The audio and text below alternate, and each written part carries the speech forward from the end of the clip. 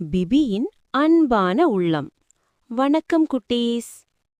ஒரு அழகான காலை பொழுது பறவைகள் பாடிக்கொண்டிருக்க பிப்பிதான் தாத்தாவுடன் சேர்ந்து கட்டிய புதிய பாலத்தின் மேல் மகிழ்ச்சியாக துள்ளி குதித்துக் கொண்டிருந்தாள். தாத்தா தாத்தா, இன்னைக்கு அந்த ரஸ்பெரி பழங்களை நானே முதல்ல பறிக்க போறேன். நேத்து பாலம் சரியில்லாததால சாப்பிட முடியல. இன்னைக்கு எல்லாத்தையும் சேர்த்து ஒரு பிடி பிடிக்க போறேன்.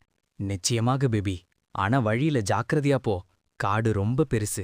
எப்பவும் உன்னை சுத்தி என்ன நடக்குதுன்னு கவனிச்சுக்கிட்டே போகணும், சரியா? சரி தாத்தா என்று சொல்லிவிட்டு பிபி உற்சாகமாக ஓடினாள். ஆற்றை கடந்ததும் அடர்ந்த புதருக்கு பின்னாலிருந்து ஒரு மெல்லிய அழுகுரல் கேட்டது. என்று யாரோ அழுது கொண்டிருந்தார்கள். யார் அது? அந்த புதருக்கு பின்னாடி யார் இருக்கிறது? ஏன் இப்படி அழுதுகிட்டு இருக்கீங்க? வெளியே வாங்க, நான் உங்களுக்கு உதவி செய்றேன். நான் சுட்டி. எங்க அம்மா கூட விளையாடிட்டு இருக்கும்போது தடம் மாறி வந்துட்டேன். இப்போ எனக்கு வீட்டுக்கு போக வழி தெரியல. எனக்கு ரொம்ப பயமா இருக்கு. பிபி ஒரு நிமிடம் யோசித்தாள்.